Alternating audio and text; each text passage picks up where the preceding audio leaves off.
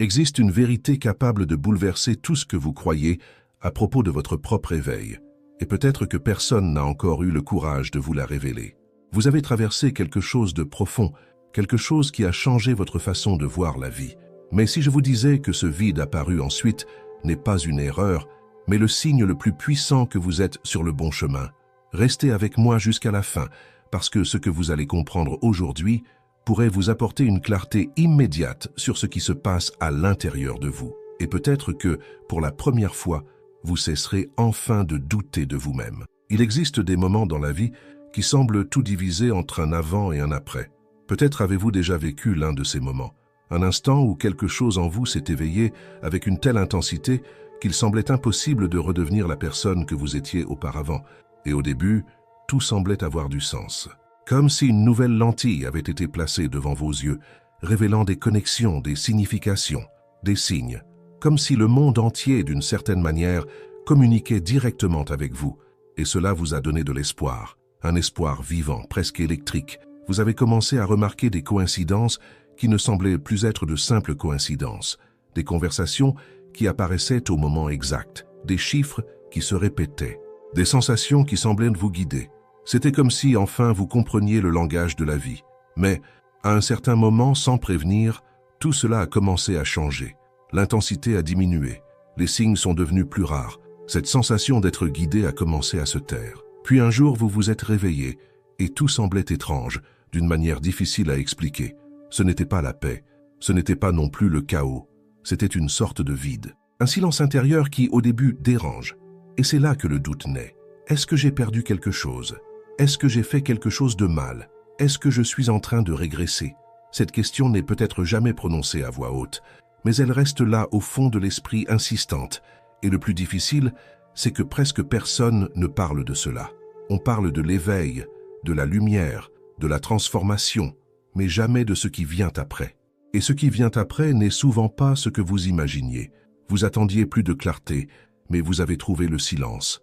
Vous attendiez plus de connexion, mais vous vous êtes senti distant. Vous pensiez arriver quelque part, mais vous avez eu l'impression d'être suspendu entre deux versions de vous-même, sans appartenir totalement à aucune des deux. Et cela peut provoquer une profonde solitude. Pas forcément parce qu'il manque des personnes autour de vous, mais parce que ce que vous vivez intérieurement est difficile à expliquer. Vous avez l'impression que personne ne pourrait vraiment comprendre. Mais voici quelque chose d'important. Cet état n'est pas une erreur. Ce n'est pas une régression. En réalité, c'est une étape essentielle et peut-être l'une des plus profondes de tout le voyage. Parce qu'après l'éveil, quelque chose change silencieusement, mais définitivement. Avant, votre esprit avait besoin de stimuli extérieurs pour s'éveiller. Il avait besoin de signes, d'expériences intenses, de moments capables d'attirer votre attention. C'était comme si la vie devait frapper violemment à votre porte pour que vous réalisiez ce qui se passait. Mais maintenant, ce besoin commence à disparaître.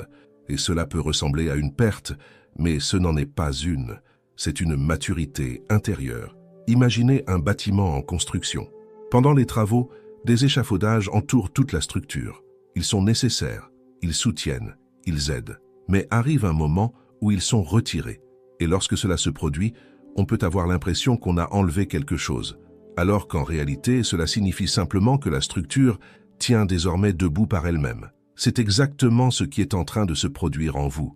Les échafaudages, les signes, les synchronicités constantes commencent à disparaître parce que vous n'en avez plus besoin de la même manière. Non pas parce que vous avez été abandonné, mais parce que quelque chose en vous est devenu plus stable. Seulement cette stabilité n'arrive pas avec des feux d'artifice. Elle arrive avec le silence. Et ce silence peut être confondu avec le vide. Mais ce n'est pas du vide, c'est de la profondeur. Imaginez un puits. Vu d'en haut, il paraît sombre. Vous regardez à l'intérieur et vous ne voyez rien. Mais cela ne signifie pas qu'il est vide. Il peut être rempli d'eau, si profond que vos yeux n'arrivent pas à atteindre le fond. C'est exactement ce moment de votre vie. Vous n'êtes pas vide, vous êtes profond. Mais on nous a appris à tout mesurer à travers ce que nous ressentons. Lorsque nous ressentons de l'euphorie, nous pensons aller bien. Lorsque nous ressentons du silence, nous croyons que quelque chose ne va pas. Pourtant, la vie ne fonctionne pas ainsi. Tout ce qui est vrai ne fait pas forcément du bruit. Et peut-être que, pour la première fois, vous êtes en train d'entrer dans un espace qui vous appartient réellement. un espace intérieur qui ne dépend plus des validations extérieures. Seulement avec cela, un autre défi apparaît, un défi silencieux mais puissant. Après avoir vécu quelque chose d'aussi transformateur, il existe une tendance très subtile à commencer à se voir différemment, non seulement intérieurement, mais aussi par rapport aux autres, pas de manière arrogante ou explicite, mais d'une façon plus discrète.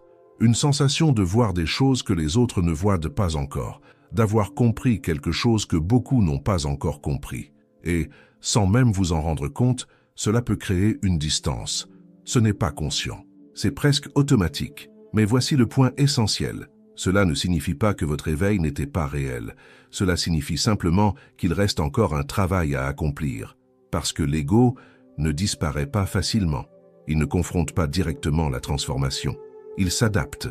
Il apprend à utiliser le langage de la spiritualité, de la conscience, de la croissance, pour continuer à exister sous des formes plus sophistiquées. Et cela est extrêmement subtil. Parfois, cela apparaît sous la forme d'un besoin d'être reconnu pour son évolution. D'autres fois, comme un sentiment intérieur de supériorité silencieuse, ou même comme une manière d'éviter certaines responsabilités en utilisant des justifications qui semblent profondes, mais qui, au fond, ne sont que des mécanismes de défense. Et reconnaître cela demande du courage. Mais ce n'est pas une raison de culpabiliser, bien au contraire. Si vous êtes capable de percevoir ces nuances en vous-même, c'est déjà un signe de conscience. Et la conscience ne signifie pas la perfection, elle signifie l'honnêteté. Parce que la véritable croissance ne se produit pas lorsque vous vous placez au-dessus des difficultés humaines, mais lorsque vous acceptez de les voir en vous avec lucidité. Et peut-être qu'à ce stade de votre voyage, quelque chose d'encore plus profond est en train de se produire. Une perte invisible, mais profondément ressentie. Il ne s'agit pas seulement de changements extérieurs, c'est quelque chose de plus intérieur, de plus silencieux, comme si une partie de ce que vous étiez était en train de se dissoudre. La manière dont vous vous présentiez au monde, la façon dont vous entriez en relation avec les autres, même la façon dont vous étiez reconnu par les personnes autour de vous, tout cela commence à changer, et cela fait mal. Parce que même si cette ancienne version de vous n'était pas entièrement authentique, elle fonctionnait. Elle vous a amené jusqu'ici. Elle vous a permis d'appartenir à quelque chose, d'être accepté, de construire des relations. Et maintenant, elle ne vous sert plus de la même manière. Alors ce n'est pas seulement une transformation, c'est un deuil. Le deuil de la personne que vous étiez. Et peu de personnes parlent de cela. Parce qu'il existe cette idée que l'évolution devrait être légère, positive, toujours ascendante. Mais la vérité, c'est que grandir implique aussi de laisser partir. Et laisser partir fait souvent mal. Mais cette douleur n'est pas le signe que vous êtes sur la mauvaise voie. C'est le signe que quelque chose de réel est en train de se produire. Vous n'êtes pas simplement en train de changer à l'extérieur, vous êtes en train de vous reconstruire intérieurement. Et ce processus n'est ni immédiat ni confortable. Il exige que vous restiez dans cet espace intermédiaire où vous n'êtes plus la personne que vous étiez, mais où vous ne voyez pas encore clairement celle que vous êtes en train de devenir. Et cet espace peut sembler confus, mais il est nécessaire, parce que c'est là qu'une nouvelle version de vous-même commence à naître, même si, pour l'instant, vous ne pouvez pas encore la voir. Et peut-être que la plus grande vérité est celle-ci. Vous n'êtes pas perdu. Vous êtes en transformation. Et tout ce que vous ressentez maintenant fait partie de ce processus. Avant de continuer, laissez-moi vous faire une invitation rapide. Si ce que vous entendez ici résonne en vous, si d'une certaine manière, ces mots touchent quelque chose à l'intérieur de vous, abonnez-vous à la chaîne, laissez un like et écrivez ici dans les commentaires. Je suis dans mon processus et j'ai confiance en mon chemin. Cette simple affirmation peut sembler petite, mais elle a de la force, parce que tout commence lorsque vous reconnaissez où vous en êtes et que vous décidez de continuer, même sans avoir toutes les réponses. Maintenant, respirez profondément, parce que ce qui vient ensuite pourrait changer complètement votre façon de voir ce moment de votre vie. Il existe quelque chose que peu de personnes parviennent à comprendre pendant qu'elles le vivent, quelque chose qui n'est ni enseigné ni expliqué clairement, et qui est souvent confondu avec un échec. Après l'éveil, l'obscurité revient. Et lorsqu'elle revient, la première réaction est presque automatique. Je pensais avoir déjà réglé ça. Peut-être avez-vous déjà pensé cela. Peut-être avez-vous regardé certaines émotions, certains schémas, en vous disant qu'ils appartenaient déjà au passé, que vous les aviez déjà affrontés, compris, dépassés. Mais ensuite, ils reviennent, d'une manière différente, plus subtile, parfois moins intense qu'avant, mais plus difficiles à identifier. Ce ne sont plus ces émotions évidentes, exposées au grand jour. Elles arrivent déguisées, avec une autre apparence, une autre justification, et cela déstabilise, parce que vous avez l'impression d'être revenu au même endroit. Mais ce n'est pas le cas. Ce qui se passe est bien plus profond. La véritable croissance ne se produit pas en ligne droite. Elle se fait par couches, comme si vous descendiez toujours plus profondément à l'intérieur de vous-même, et qu'à chaque niveau, vous découvriez de nouvelles parties qui étaient auparavant invisibles. Non pas parce qu'elles n'existaient pas, mais parce que vous n'aviez pas encore assez de lumière pour les voir. Et maintenant, vous l'avez. C'est comme entrer dans une pièce sombre, avec une bougie. Au début, vous ne voyez que l'essentiel, juste assez pour vous orienter. Puis vous allumez une lumière plus forte, et vous remarquez des choses qui étaient là depuis le début, mais que vous ne pouviez pas voir auparavant. La poussière qui semblait inexistante apparaît. Les coins qui paraissaient propres révèlent des détails cachés.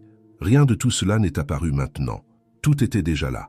Ce qui a changé, c'est votre capacité à voir, et cela peut être inconfortable, parce que vous commencez à remarquer des aspects de vous-même qui ne correspondent pas à l'image que vous pensiez avoir construite après l'éveil. Peut-être réalisez-vous qu'il existe encore en vous un besoin de reconnaissance, une difficulté à vous ouvrir complètement, un inconfort lorsque vous êtes remis en question, une tendance à vous éloigner émotionnellement tout en justifiant cela par de la protection ou du discernement. Et, pendant un instant, une frustration peut surgir. Après tout ce que j'ai vécu, il y a encore ça en moi? Oui, il y a encore cela. Et cela ne diminue en rien votre processus. Au contraire, cela confirme qu'il est réel, parce que la véritable croissance n'élimine pas vos ombres d'un seul coup. Elle révèle, peu à peu, ce que vous êtes déjà prêt à affronter. Et ici, quelque chose d'important bascule. Avant, lorsque vous rencontriez ces parties de vous-même, vous réagissiez peut-être avec jugement, résistance, ou avec l'envie de vous en débarrasser rapidement. Mais maintenant, une autre possibilité existe. Maintenant, vous pouvez regarder et rester, sans fuir, sans vous défendre, sans avoir besoin de transformer immédiatement cela en quelque chose de beau ou d'acceptable. Simplement observer. Et cette capacité d'observer sans vous perdre change tout. Parce que pour la première fois, vous n'essayez plus de contrôler ce que vous ressentez, ni de nier ce qui apparaît, ni de vous identifier complètement à cela. Vous créez de l'espace, et dans cet espace, quelque chose de nouveau commence à se produire, une compréhension plus profonde de vous-même, sans précipitation, sans performance, sans le besoin de paraître évoluer, et cela demande du courage. Parce qu'il est bien plus facile de construire une nouvelle version de soi-même, que de se permettre de voir qui l'on est réellement dans tous ces aspects. Mais c'est précisément là que la véritable transformation se produit. Non pas lorsque vous devenez quelqu'un d'autre, mais lorsque vous cessez de fuir qui vous êtes. Et dans ce processus, un autre sentiment peut apparaître, peut-être encore plus difficile, la solitude. Pas cette solitude d'être physiquement seul, mais quelque chose de plus subtil, de plus difficile à expliquer. Comme si vous vous trouviez dans un espace intérieur que peu de personnes autour de vous peuvent réellement atteindre. Vous continuez à parler, à vivre avec les autres, à participer, mais en même temps, vous sentez qu'il y a quelque chose en vous qui n'est jamais vraiment partagé, et cela peut faire mal. Parce qu'il existe une attente, souvent silencieuse, selon laquelle, en grandissant, en s'éveillant, on devrait se sentir plus connecté, plus compris. Mais parfois, c'est l'inverse qui se produit. Vous commencez à percevoir des choses qui passaient autrefois inaperçues. Vous ressentez ce qui n'est pas dit. Vous comprenez des dynamiques qui étaient auparavant invisibles. Et cela crée une distance. Non pas parce que vous êtes supérieur, mais parce que vous vous trouvez à un autre niveau de perception. Et cela peut provoquer une sensation étrange, comme si vous étiez hors de votre place. Mais voici quelque chose d'important. Ce n'est pas un éloignement définitif, c'est une transition. Il existe une différence entre l'isolement et la solitude. L'isolement fait souffrir parce qu'il déconnecte. La solitude, lorsqu'elle est vécue avec conscience, construit. Elle crée un espace dans lequel vous commencez à vraiment vous rencontrer. Un espace où vous apprenez à être avec vous-même, sans avoir besoin de distractions constantes. Et cela est essentiel. Parce que si vous n'êtes pas capable de soutenir votre propre présence, toute connexion extérieure sera construite sur le besoin et non sur la vérité. Et vous n'en êtes plus là, même si parfois cela semble plus difficile, parce que maintenant, vous ne voulez plus seulement de la compagnie. Vous voulez une connexion réelle. Et une connexion réelle ne peut exister que lorsque vous êtes entier. Et c'est exactement ce que vous êtes en train de construire maintenant, même si vous ne le voyez pas encore clairement, même si tout cela semble encore confus. Vous êtes en train de construire une base intérieure qui ne dépend plus de l'approbation, de la validation ou du besoin constant de reconnaissance. Et cette base change tout. Parce qu'à partir d'elle, vos relations commencent à se transformer. Certaines personnes peuvent s'éloigner, d'autres peuvent ne pas comprendre totalement ce que vous êtes en train de vivre, et cela fait partie du processus. Cela ne signifie pas qu'il y a eu une erreur. Cela signifie simplement que vous êtes en train de changer et que tout le monde ne peut pas suivre ce mouvement au même rythme. Mais cela crée aussi de l'espace pour des connexions plus vraies, plus profondes, plus alignées avec la personne que vous êtes en train de devenir. Et peu à peu, sans précipitation, elles commencent à apparaître, parce que ce que vous construisez à l'intérieur de vous commence à se refléter à l'extérieur, non pas comme quelque chose de forcé, mais comme une conséquence naturelle. Et peut-être qu'au milieu de tout cela, une question commence à surgir avec plus de force.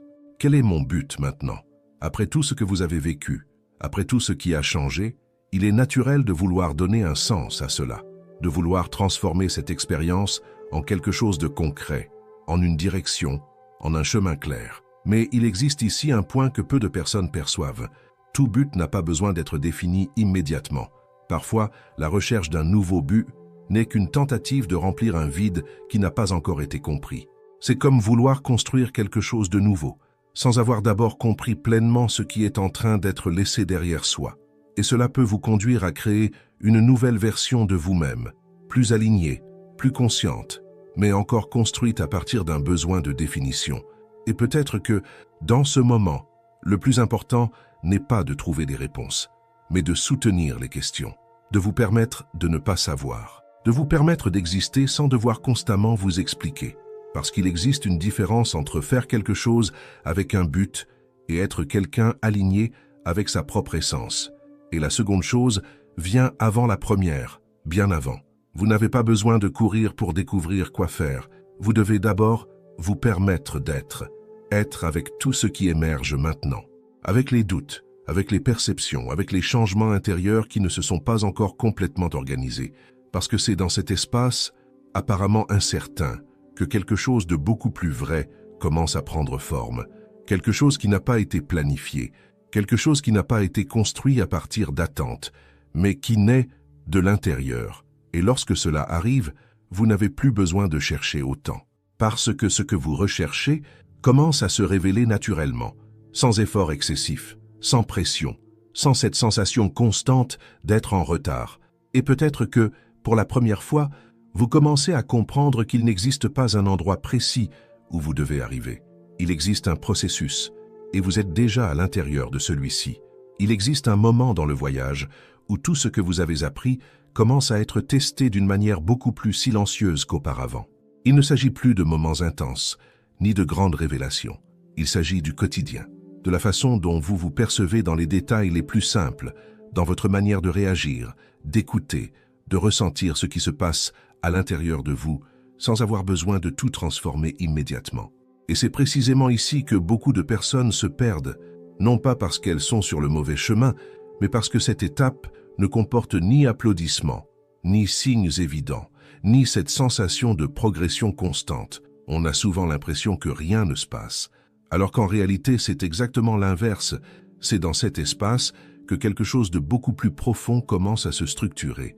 Vous commencez à comprendre que vous n'avez plus besoin de courir après des expériences pour vous sentir connecté. La connexion commence à émerger de l'intérieur, d'une manière plus subtile, plus stable. Ce n'est plus cette euphorie qui va et vient, c'est quelque chose de plus calme, plus constant, presque imperceptible au début.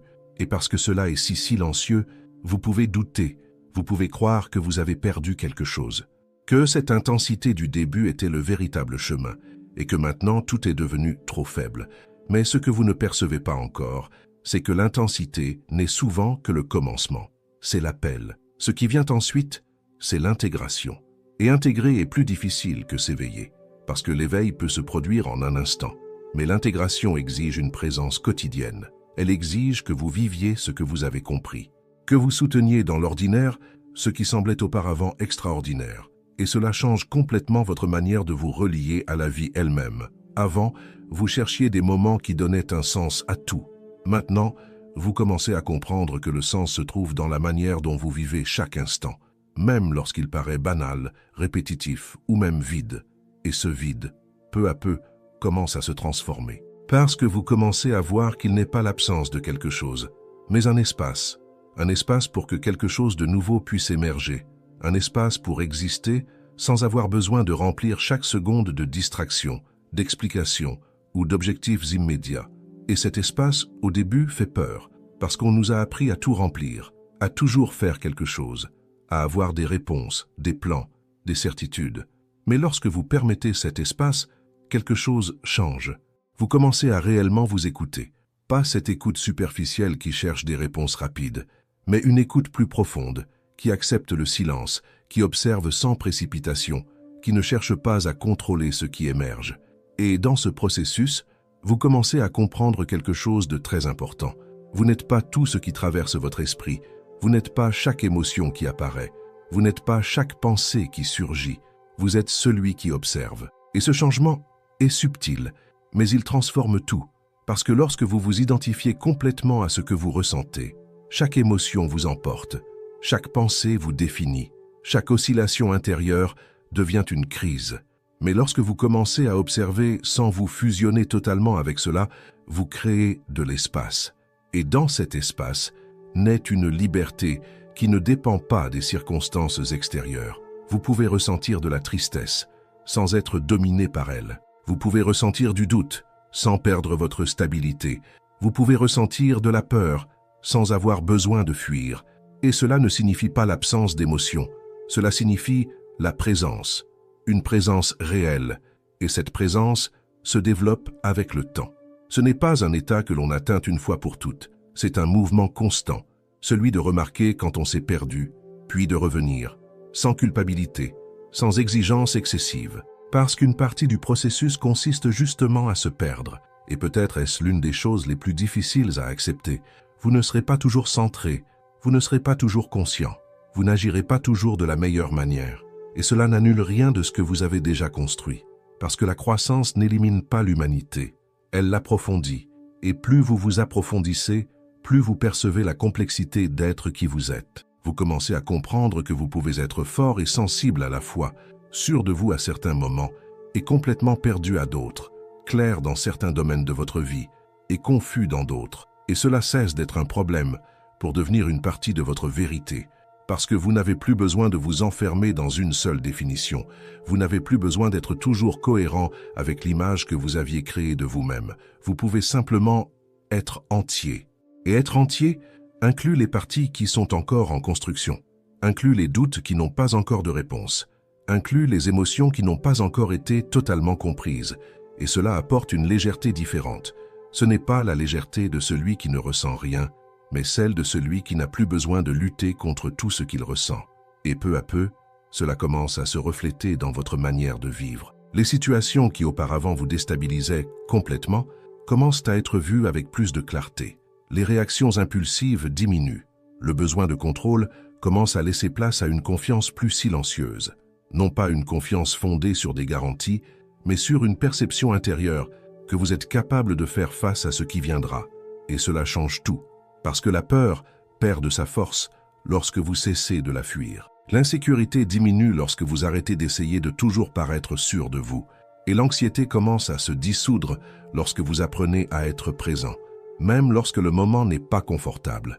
Et peut-être qu'à ce stade, vous commencez à percevoir quelque chose qui semblait auparavant lointain, une sensation de stabilité intérieure. Pas cette stabilité rigide, qui exige que tout soit sous contrôle, mais une stabilité plus souple, qui s'adapte, qui observe, qui répond au lieu de réagir automatiquement. Et cela ne se produit pas du jour au lendemain. Cela se construit, moment après moment, choix après choix, prise de conscience après prise de conscience. Et malgré cela, il y aura encore des jours difficiles, des jours où tout semblera à nouveau confus, des jours où vous vous remettrez en question, où vous aurez l'impression d'avoir régressé, où vous douterez de votre propre chemin. Mais maintenant, il existe une différence. Vous ne vous désespérez plus comme avant. Il y a une partie de vous qui sait, même de manière subtile, que cela aussi passera. que cela aussi fait partie du processus. Et cette partie est celle qui grandit, celle qui se renforce, celle qui commence à vous soutenir, de l'intérieur vers l'extérieur. Et peu à peu, vous cessez de chercher autant à l'extérieur. Non pas parce que le monde extérieur a perdu de son importance, mais parce que vous n'en dépendez plus de la même manière. Les réponses commencent à émerger de l'intérieur, non pas comme des certitudes absolues, mais comme des directions, des intuitions, des perceptions que vous apprenez à respecter. Et cela crée une nouvelle manière de vivre, moins fondée sur la pression et davantage sur l'alignement, moins fondée sur la comparaison et davantage sur la présence, moins fondée sur le besoin de prouver quelque chose et davantage sur l'être, et peut-être sans même vous en rendre compte, vous commencez à devenir ce que vous cherchiez autrefois, pas de manière parfaite, mais de manière réelle. Et cela change complètement la façon dont vous vous percevez et dont vous vous reliez au monde, parce que maintenant, il ne s'agit plus d'arriver quelque part. Il s'agit de vivre avec conscience là où vous êtes déjà, et cela ouvre un nouveau niveau du voyage, un niveau où la quête commence à se transformer en quelque chose de différent, quelque chose de plus silencieux, plus profond, plus vrai. Et c'est à ce moment-là qu'une chose essentielle commence à se révéler avec plus de clarté, quelque chose que vous cherchiez peut-être depuis longtemps sans vraiment savoir ce que c'était. Le besoin de trouver un but commence à perdre cette urgence. Non pas parce que vous avez cessé de vous soucier de votre vie, mais parce que vous commencez à comprendre que le but n'est pas quelque chose que l'on trouve comme un objet perdu. Ce n'est pas une réponse prête qui vous attend quelque part. Le but est quelque chose qui se construit dans la manière dont vous vivez. Et cela change complètement la donne. Parce que pendant longtemps, vous avez peut-être cru que vous deviez découvrir quoi faire pour enfin vous sentir complet. Qu'il existait un chemin idéal, une mission claire, une direction unique qui donnerait du sens à tout. Mais à mesure que vous vous approfondissez, vous réalisez que cette quête était souvent simplement une manière plus sophistiquée de fuir le présent. Une tentative de vous projeter dans un futur où tout aurait enfin du sens, au lieu d'habiter pleinement l'instant présent. Et le présent n'est pas toujours confortable, mais c'est le seul endroit où la vie se produit réellement. Et lorsque vous commencez à accepter cela, sans résistance, sans avoir besoin de transformer chaque instant en quelque chose de grandiose, quelque chose s'aligne. Vous commencez à comprendre que ce que vous appelez le but n'est pas séparé de ce que vous êtes. Il se trouve dans la manière dont vous regardez, dont vous écoutez, dont vous vous positionnez face aux situations. Il se trouve dans la qualité de votre présence, dans la manière dont vous traitez les autres, même lorsque personne ne regarde, dans la manière dont vous accueillez vos propres pensées, sans vous juger avec autant de dureté, dans votre capacité à être entièrement présent dans une conversation, dans un choix, dans un silence.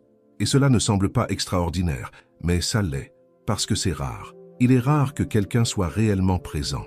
Il est rare que quelqu'un ne soit pas constamment en train de jouer un rôle, d'essayer de répondre à des attentes, de chercher l'approbation des autres. Et lorsque vous commencez à vivre ainsi, quelque chose change autour de vous.